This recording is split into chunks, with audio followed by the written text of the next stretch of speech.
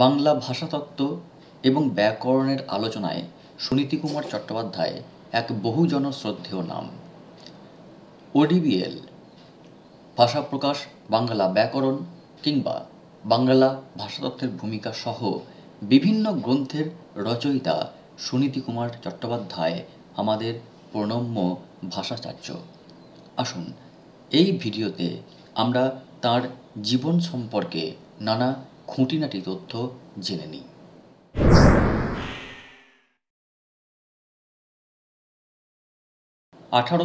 খ্রিস্টাব্দের 26শে নভেম্বর বাংলার 11ই অগ্রহায়ণ 1297 বঙ্গাব্দে সুনীতিকুমার চট্টোপাধ্যায়ের জন্ম হয়।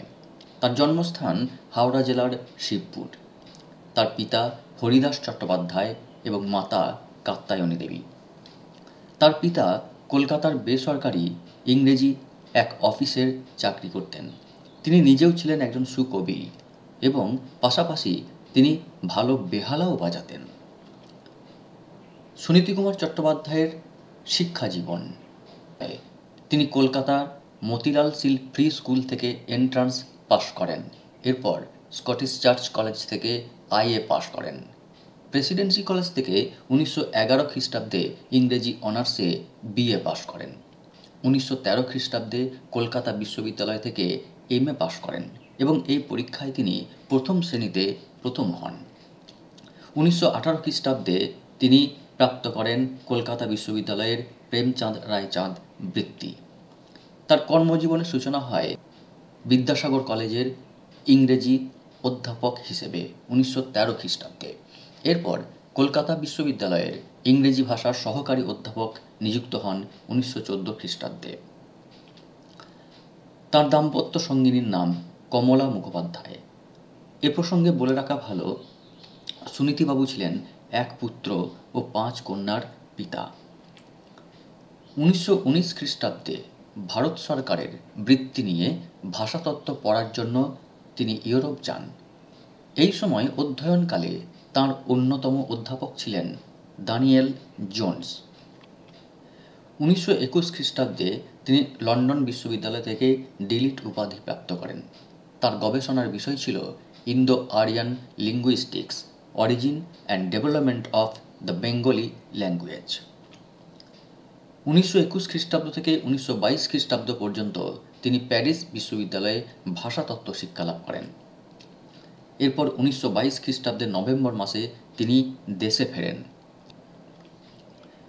1922 খ্রিস্টাব্দ থেকে 1952 খ্রিস্টাব্দ পর্যন্ত কলকাতা বিশ্ববিদ্যালয়ের ভাষাতত্ত্বের খয়রা অধ্যাপক ছিলেন সুনীতিকুমার চট্টোপাধ্যায়। এ প্রসঙ্গে জানিয়ে রাখি যে 1927 খ্রিস্টাব্দে তিনি রবীন্দ্রনাথের সঙ্গে সুমাত্রা, মালয়, জাভা প্রভৃতি দেশ ভ্রমণে যান। 1935 খ্রিস্টাব্দে লন্ডনে অনুষ্ঠিত দ্বিতীয় আন্তর্জাতিক ভাষাতত্ত্ব সম্মেলনে ভারতীয় বিভাগের সভাপতিত্ব করেন সুনীতিকুমার চট্টোপাধ্যায়। 1936 খ্রিস্টাব্দে কলকাতার রয়্যাল এশিয়াটিক সোসাইটির ফেলো নির্বাচিত হন তিনি। 1955 খ্রিস্টাব্দে ভারত সরকারের পদ্মভূষণ এবং 1963 খ্রিস্টাব্দে পদ্মবিভূষণ উপাধি পান।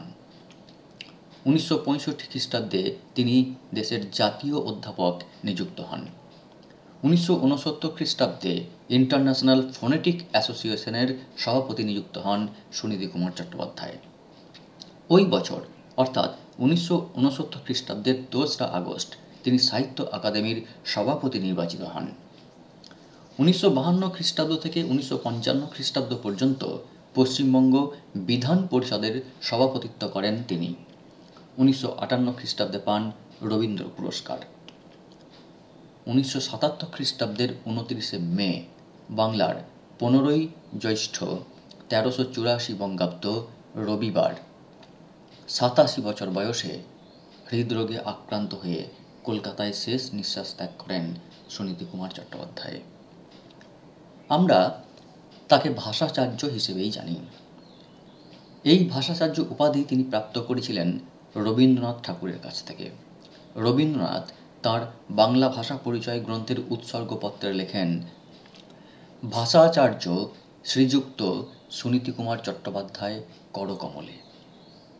বহু ভাষাবিদ ভাষাচার্য সুনীতি কুমার চট্টোপাধ্যায়কে প্রয়াসের পক্ষ থেকে জানাই শত কোটি প্রণাম।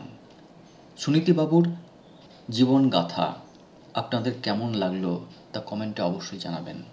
যদি তার গ্রন্থের খুঁটিনাটি তথ্য সম্পর্কে জানতে চান তাহলেও তা কমেন্ট করে জানাতে পারেন। আর এই অসামান্য ভাষাবিদের জীবনপঞ্জি অন্যদের জানাতে ভিডিওটি শেয়ার করুন।